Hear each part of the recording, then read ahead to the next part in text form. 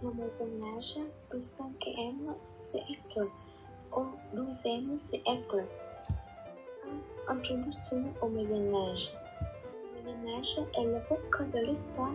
Sa place dans une période intermédiaire qui se situe entre la fin de l'Antiquité et le début du temps moderne, quand la France découvre la civilisation italienne.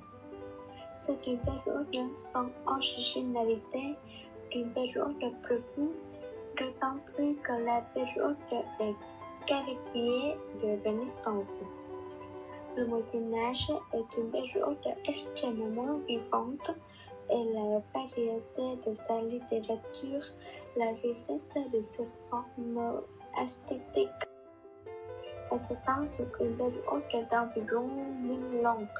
Le début de cette période, en 476, lors de la suite du dernier empereur romain, elle se termine vers 1453.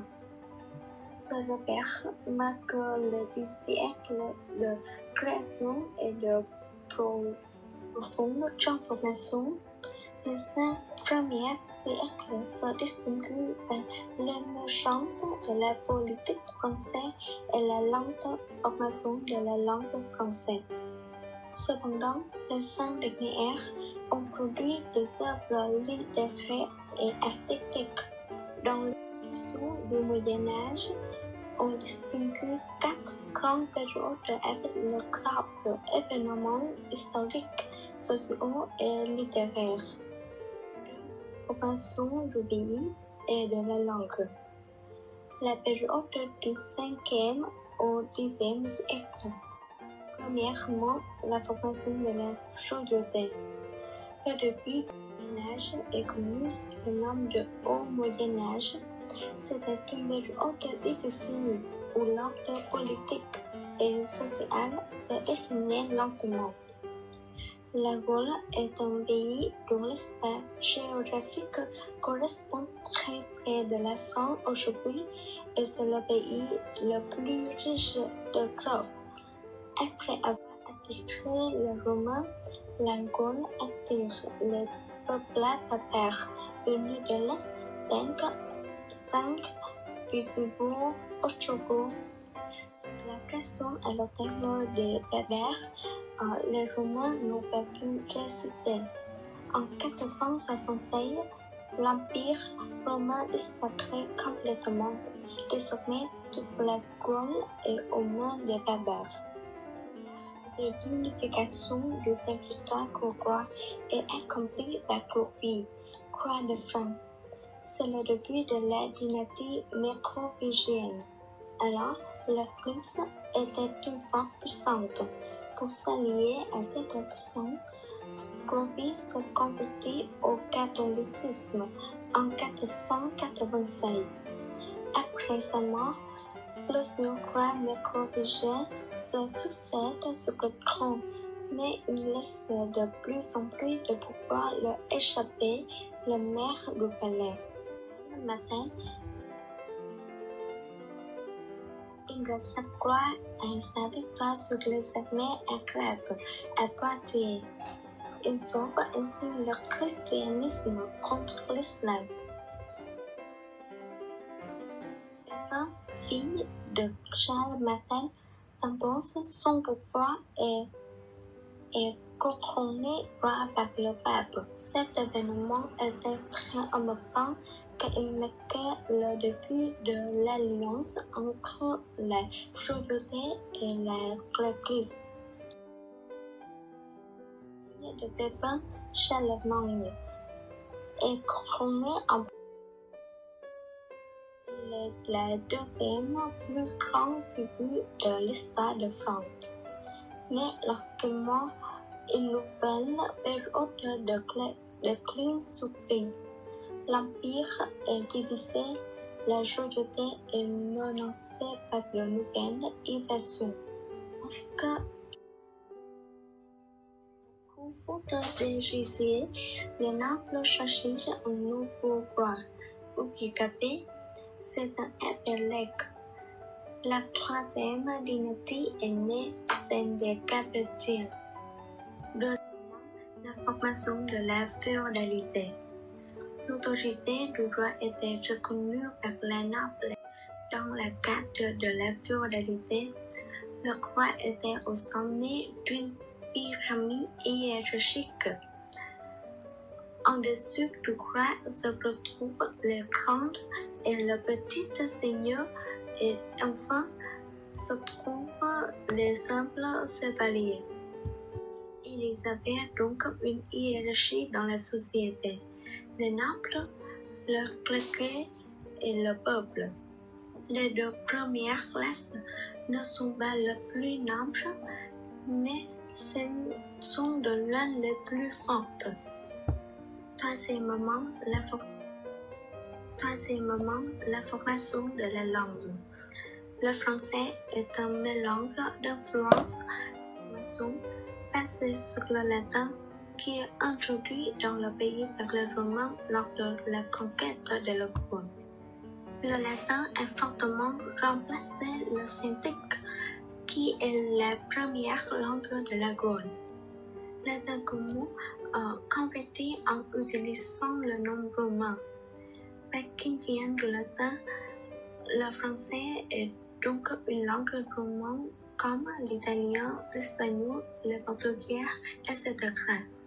Les documents écrits en roman sont rares, car c'est une langue presque exclusivement parlée.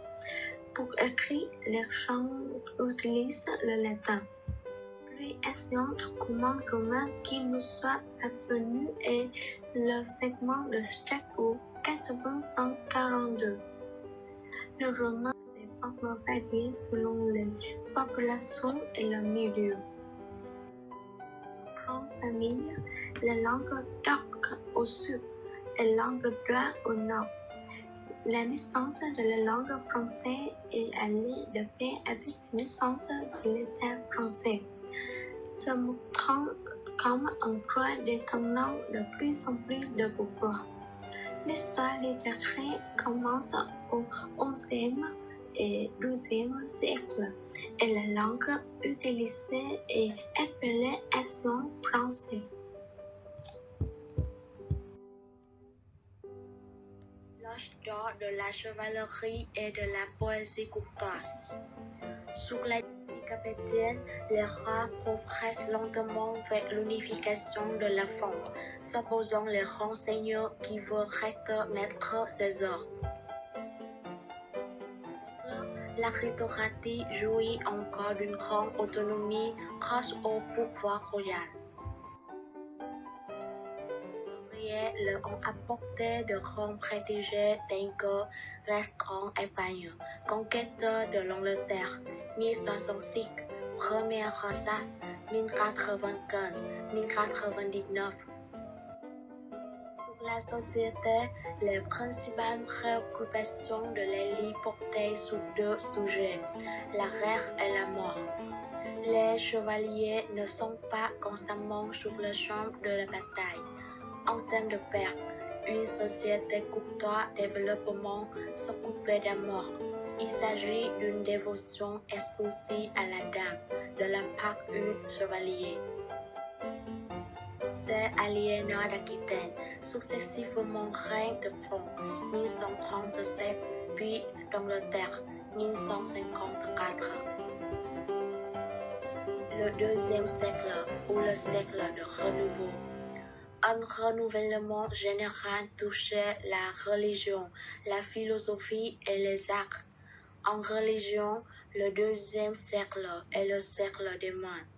Entre le déroulement des deux grandes croisades, on assiste à l'essor des ordres monastiques de Cluny et de Cîteaux. Les premiers cultivent les lettres et les arts, les seconds prônant une vie austère. Dans la pensée, il y a un renouveau de la théologie et de la philosophie. En termes d'architecture et de sculpture, l'art roman est atteint la perfection.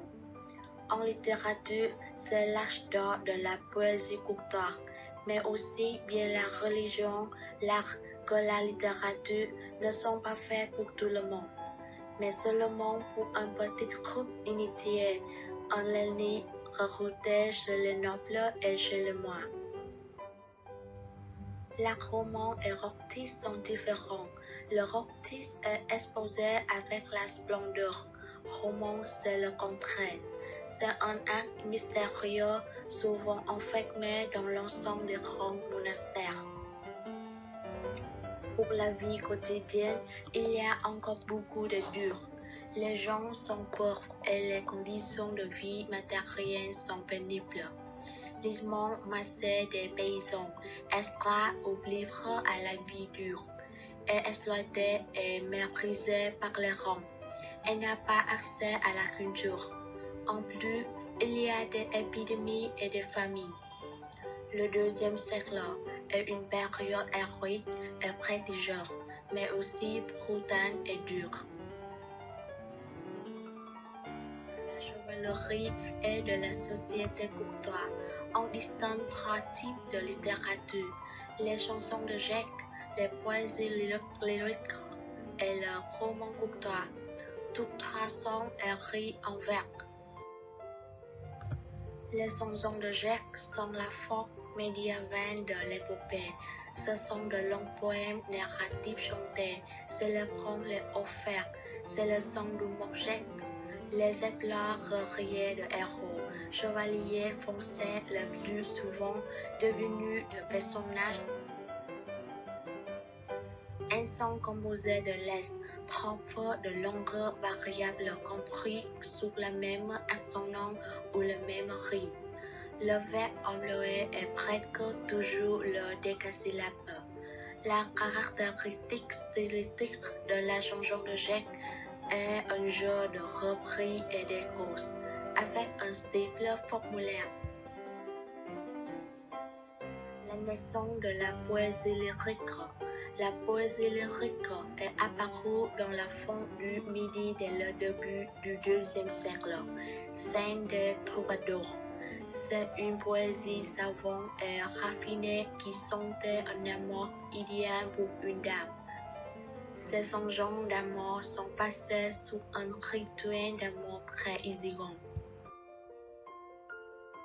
Ce sont des mœurs dans la société féodale entre le XIe siècle et le IIe siècle a développé un art de vivre plus délicat dans les cours seigneuriales. Le nouvel art de vivre permet à la poésie lyrique de s'épanouir tout en créant un nouveau genre littérature dans le nord de la France et le roman courtois. Roman signifiait poème narratif en langue romane. Les plus connus sont les romans du cycle du roi Arthur appelés romans bretons. C'est Chrétien de Troyes qui a le mieux exploité cette vente du roi Arthur et de ses chevaliers.